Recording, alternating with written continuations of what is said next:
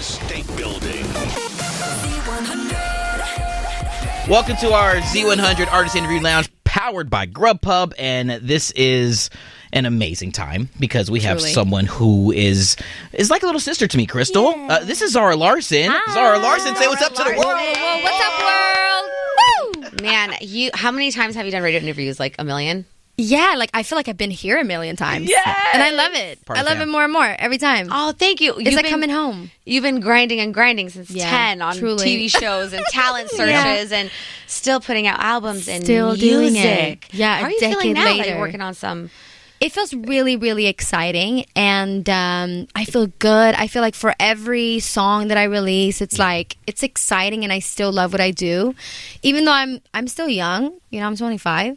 But you're right. Like, I've been doing this for a really long time, and I'm not tired of it yet. No. So I guess I'm doing something right. I guess I love what I do. Yes, you're doing a lot of things right. Yeah. So I feel really excited about this song that I just released, Can't Tame Her. I feel really excited about the project that's coming up, my album. It's just like a great time. Great year. I feel like 2023 is going to be really good. Girl. I feel like there's something in the air. Well, you're getting love already for your song. It was on Billboard Hot Trending. It was, and it's doing really well with the numbers.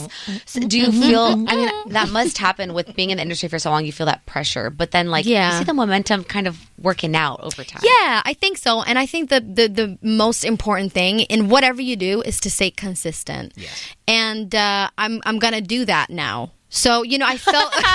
wait, why weren't you doing that before? I did feel a lot of pressure for my second album, Poster Girl, because So Good was doing so good. When I released So Good. Yeah. And it was also kind of a collection of singles, So Good, really. I've had a lot of songs out, and I just put them on an album, and it was like great numbers, and I felt like, how am I going to live up to this?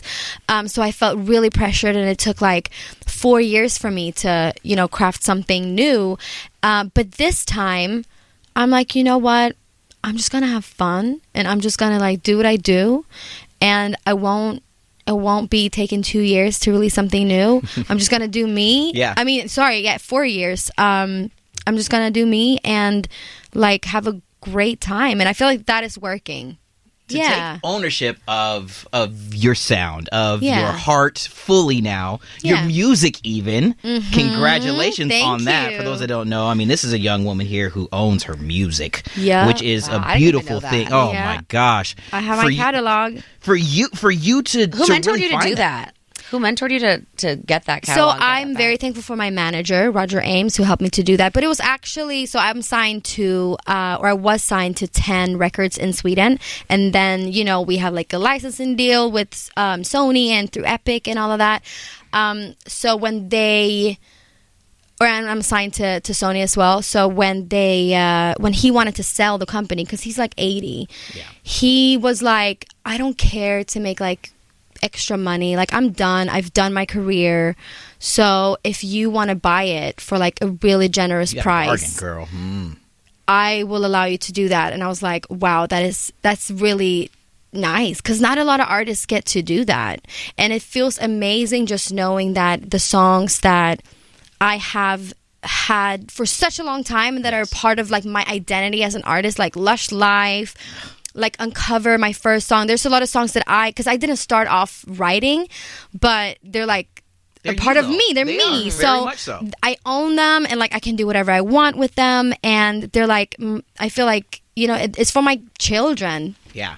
And it just feels amazing that now when you release songs and you see like, you know, the record company like that are releasing the songs, it's like my label, you know, it's like Summer House Records, like it's like, ooh, like I'm big the boss. moves.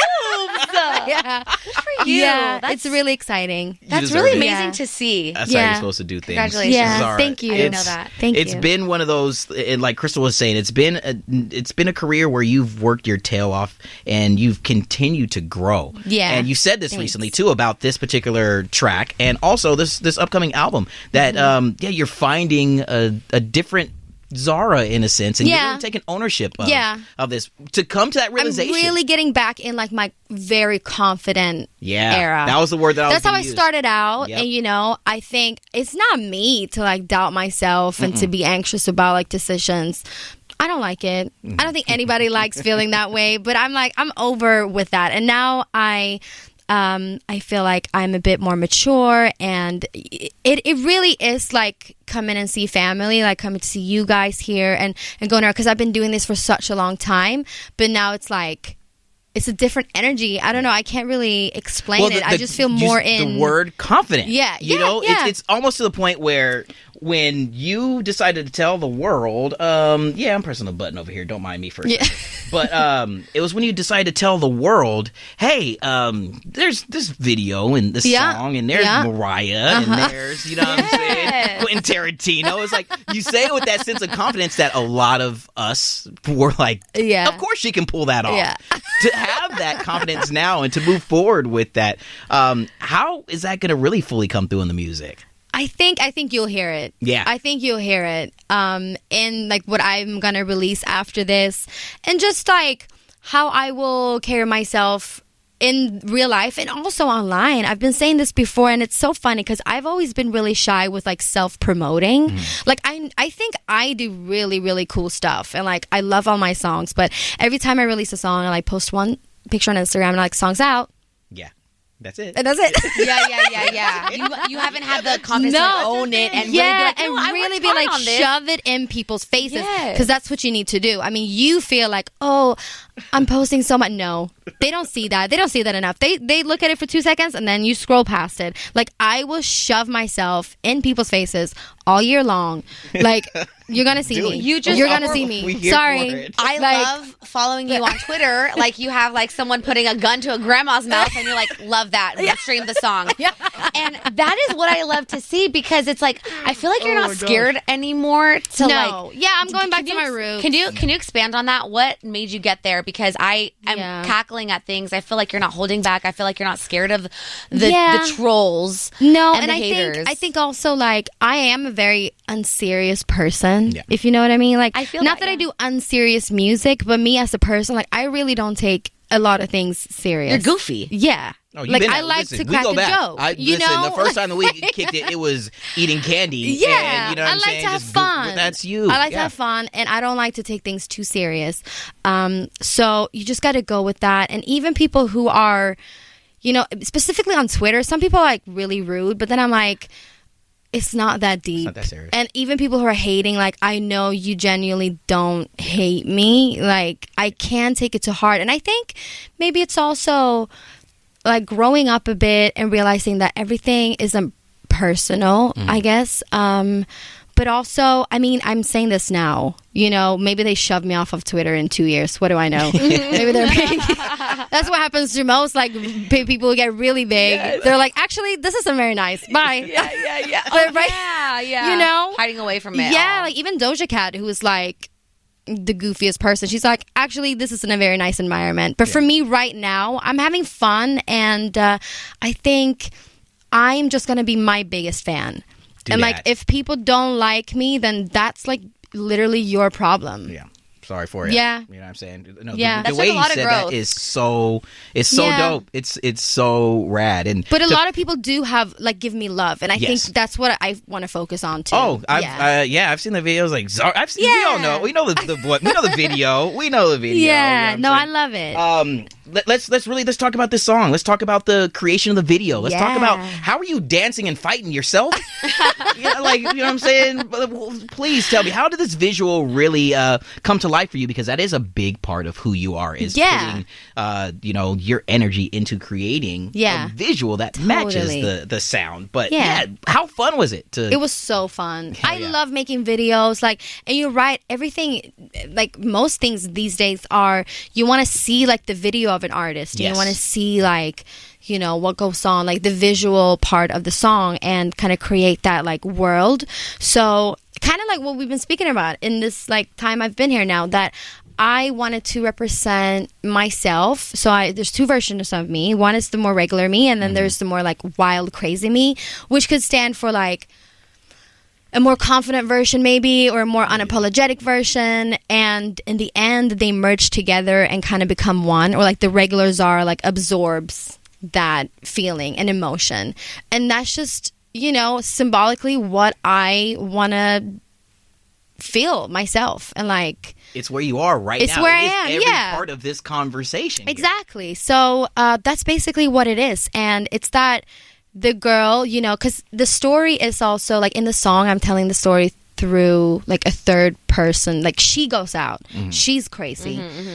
I'm not talking about like myself, but like. Could be me. I don't know. It could be me. Could be you. Yeah.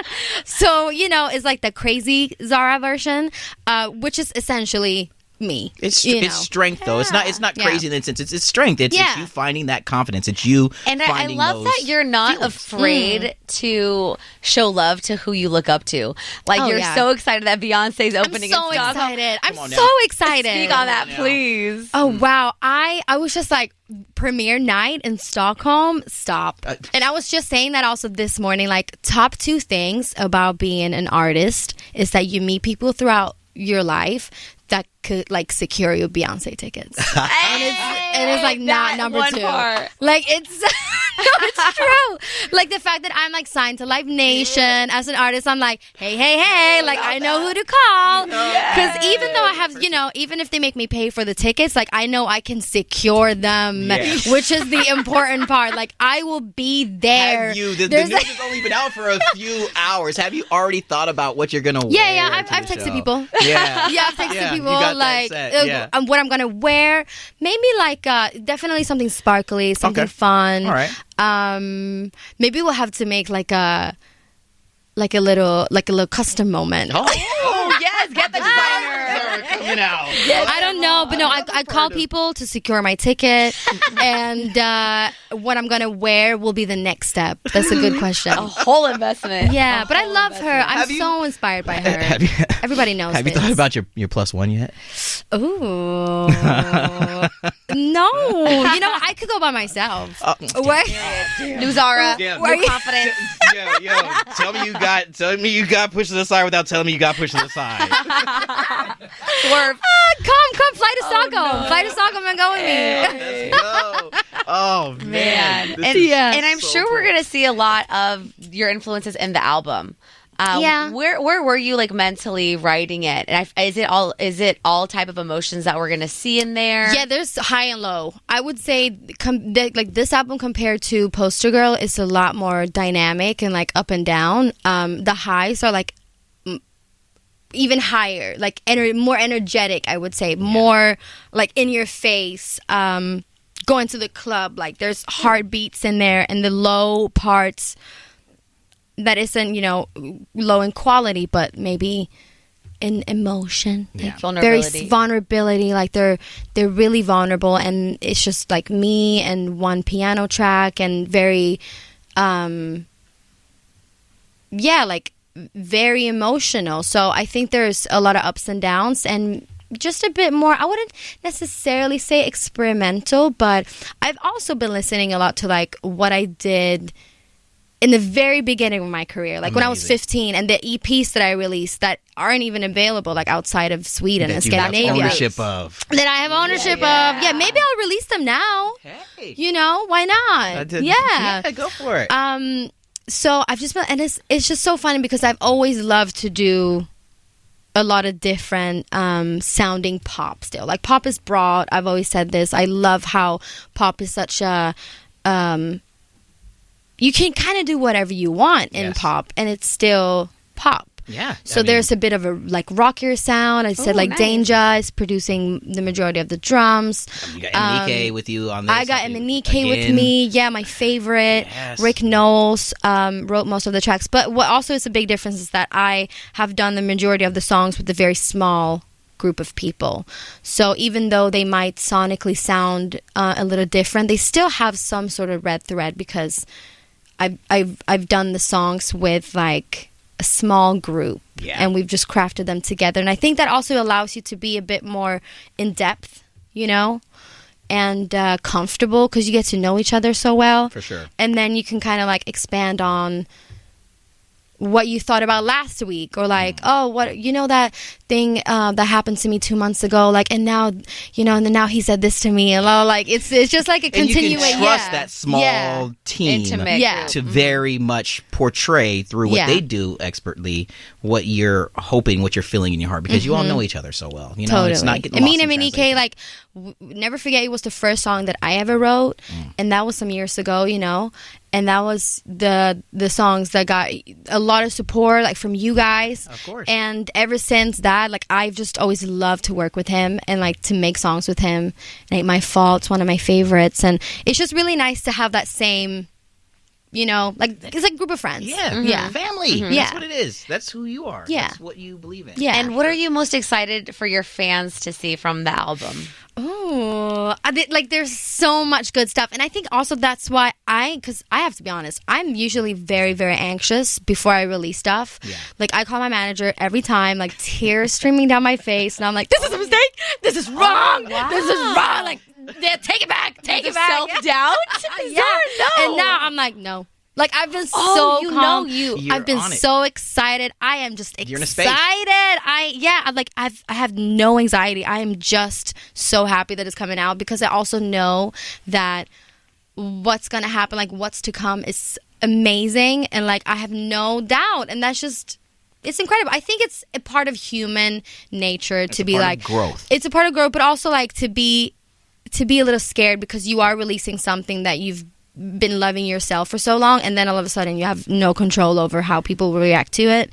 But I just feel like really good. So that's an amazing feeling to have. Well, I want to know how you got there, because there's still a lot of people that struggle with the self-doubt, and then hearing you say, I know what it is. Like, that's a lot. Ever since this year started, I'm like, am I, like, manic? Am I, like, in a mild psychosis? Like, what is happening? Because I am just like, I'm the shit. Like, I am. Like, and you are. It feels so good, and I hope this stays. Right? Because it's a good feeling. Don't go away, please. We got you. I'm like, please don't let me down. And I think it comes and goes. There will be sunny days and there will be rainy days, but in general, just like, I think I've also found, like, my love for music to really come back. Like, it makes me happy. It brings me joy, and I don't feel the pressure as much. And I'm just out here and I'm just doing what I love. Like, how cool is that? And having fun with it. Yeah, I'm so thankful for living this life, and I've been doing it for a while now, and it's just the best time. We got you. Yeah. Whatever you need. Thank you. 23, we're going to make it the GOAT year. Michael Jordan, it's the Let's GOAT go. year. We got you. Zara, we are so go. excited. Congratulations on the Thank single. you. Congratulations on the album. You're saying on Twitter, it's still a few months away. Yeah. But we're not too long. on our edge of our seat waiting for it. Come on. Yeah. And please let's come go. back more and more and more and more. I will. Because we love your energy. And we I'll love take you. over your show. Yay! I'm going to leave you with this last little, you take over the show, we get the tickets to the Beyonce show. Oh, high stakes. Poison. No, I'm just playing. Inside of our Z100 New York. Yes. Artist Interview Lounge, Zara Larsson. Thank you. Grubhub. Hits. From the top of the Empire State Building. Z100.